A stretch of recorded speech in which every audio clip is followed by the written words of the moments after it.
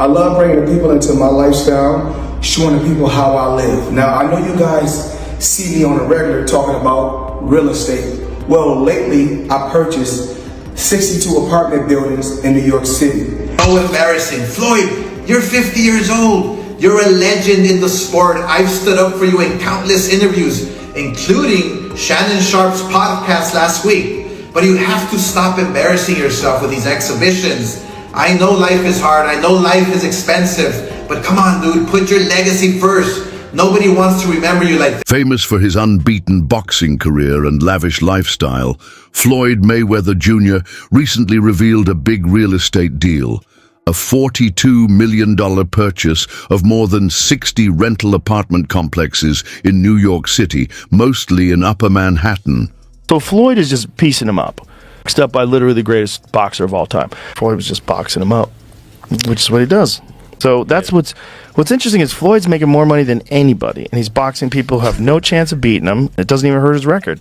Also, money. He needs that money. That money has to keep coming in if you're going to live like this. It's not that expensive, though, but... He's only 46. But he does this with everything, man. He's got $1 million watches. I don't think he buys every pair. You think they give them to him? Yeah, because then you get a video like that. Right. That's smart. And then you get Floyd's Air Force Ones given away for charity. That's a tax write-off. There's all sorts of things that goes into Yeah, you that. got a good point. But those $1 million watches, they're not giving you those. Of the biggest deals in the city's real estate market in recent years, this purchase is a component of a larger $10 billion real estate project.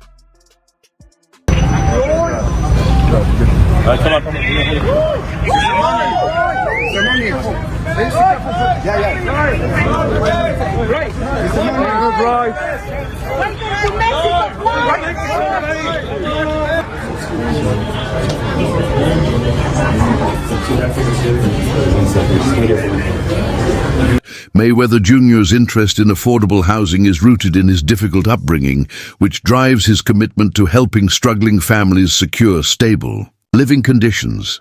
Through his real estate firm, Veta Properties, Mayweather has made connections with major industry players and expanded his portfolio to include partial stakes in prominent buildings such as Chicago's AON Center and the Old Post Office. However, questions have emerged about the legitimacy of his reported real estate ventures, particularly in New York. Despite Mayweather's claims of executing a $42 million deal to purchase 62 rental apartment buildings in Upper Manhattan, First investment was real estate, commercial real estate, skyscrapers actually. So what I did was this. It started off with $5 million. Put up $5 million, I was getting $50,000 a month. On every 18th, every month, it was paying off. You like the cash flow? Yes, for years. So I said, okay, if it's paying off like this then, and I gave him 7 figures, I said I'm not going to even give him 8 figures. I went and gave him 9 figures. If it's something that I know is paying off, lucrative and heavy, I got to go with it. Roll the dice, take a chance. You only got property records do not show any formal transfer of ownership. Experts believe he may have acquired only a minority interest, potentially with options to increase his holdings later.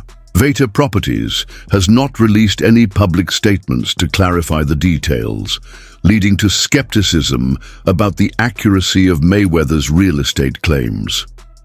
Adding to the controversy is Mayweather's association with Jonah Rechnitz, a convicted felon and former real estate developer who was involved in a federal corruption case. Rechnitz pleaded guilty in 2016 to bribing Norman Seabrook, the former head of New York City's jail union, and later cooperated with federal investigators. Mayweather has publicly acknowledged Rechnitz as a key figure in supporting his business ventures, including real estate investments.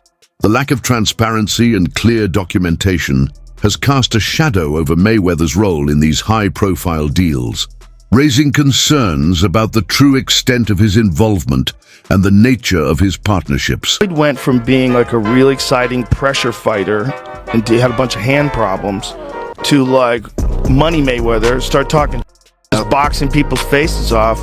No more hand problems, much more money. Yeah, I love what he's doing too, beating up these YouTube guys. It's crazy. I love it. It's so funny that these guys are willing to get beat up by him. Well, I think they're all delusional. And one of the reasons why people watch him fight is not because he's like Mike Tyson, just goes out and destroys people. They like watching him fight because they hate him. Because he talks so much shit, and he's like, look at my $1 million watch, look at my fucking jet, look at my house, look at this. He's like constantly showing you all these things that he has. Like he'll lay out watches in a hotel bed, like this is $1 million worth of watches. This watch goes for $2 million. And they're like, this is my small watch that I take sometimes, but when I'll show you, when I'll show up, I bring out the big boy, and it brings out this watch that's covered in diamonds. It's like $5 million.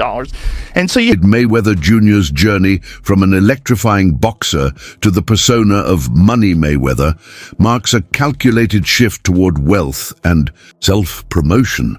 Initially praised for his aggressive, dynamic style in the ring, Mayweather gradually transitioned to a more defensive approach, focusing on preserving his undefeated record and maximizing his earnings. Embracing the nickname Money, he turned his career into a brand centered around opulence and financial dominance. Joe Rogan, UFC commentator and host of The Joe Rogan Experience, has weighed in on Mayweather's evolution, especially his financial habits and frequent exhibition fights. Rogan suggested that Mayweather's extravagant lifestyle may be a driving force behind his continued performances, stating, "He spends so much money. If he's planning for the future, you've got to keep it coming in if you're going to keep spending the way he spends." This insight paints a picture of a fighter who, beyond the ropes, is battling to maintain the empire he's built on image and income. Speechless if this is true, but Floyd Mayweather is held hostage in Dubai. Gervonta Davis suggested this, who I believe is signed under Floyd Mayweather.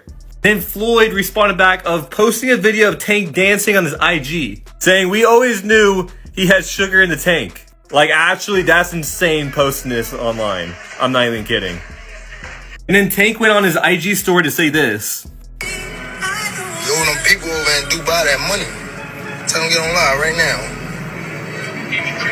And you owe people in Saudi Arabia. And Floyd responded back saying he should fight Shakur instead. I have no clue what is going on with this beef, but they're basically saying that Floyd Mayweather is broke and owes people money and he's hiding in Dubai. I'm actually speechless if any of that is remotely true, but I kind of can see that coming. I don't know if you guys remember this, but Logan Paul and Jake Paul, like 2 years ago, said that Floyd is actually broke. And it low-key might be true, but we'll see what happens. Have surfaced claiming that Floyd Mayweather Jr. is facing financial difficulties with allegations, suggesting he's unable to leave Dubai due to unpaid debts. These claims gained traction after Gervonta Davis, a former protege of Mayweather, hinted on social media that the boxing icon was stuck in Dubai because of unresolved financial obligations. Boxing agent Rick Glazer also appeared to support the speculation, suggesting Mayweather's extended stay might be tied to money issues. Despite the growing buzz, these allegations should be viewed with caution. While several insiders have spoken publicly about Mayweather's supposed financial troubles, there is no concrete evidence proving that he is being detained or held in Dubai. Additionally, Mayweather has not responded to or confirmed any of these claims. Without official statements or verified information, his financial status and the reasons for his stay in Dubai remain speculative and unconfirmed. How much money could you reasonably walk out of this fight with? 350 million. $350 million.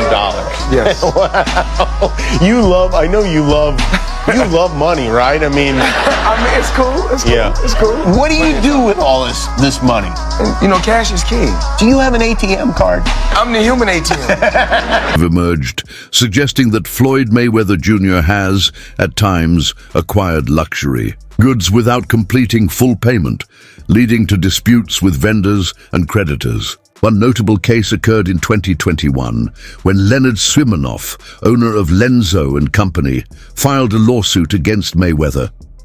Swimanoff alleged that Mayweather purchased several high-end watches and jewelry items totaling over $4 million, but only made partial payments, leaving an outstanding balance of approximately $3.88 million. This alleged pattern of spending, making extravagant purchases followed by delayed or incomplete payments, raises questions about Mayweather's financial management. While his image has long been associated with extreme wealth and lavish living, such habits may reflect a risky financial approach. First off, he's never gotten $100 million for a fight. There's reports that he was the highest paid athlete over Christian Ronaldo. You think it's bull? I know it is. So if you had to guess, what do you think's the most Floyd ever made in a fight? Oh, I think that Floyd's, he's probably made about 60 million before in one night. But no, there's 100 million, 130 million. They just didn't have. I know that Floyd is still getting in there as recently as this weekend because he needed the money. Do you think he blew through all of his money? I'm claiming for you, he in his whole career has made about 100 million. People think he made 130 in a night. I'm sharing with you he didn't. No boxer's ever made 130 million in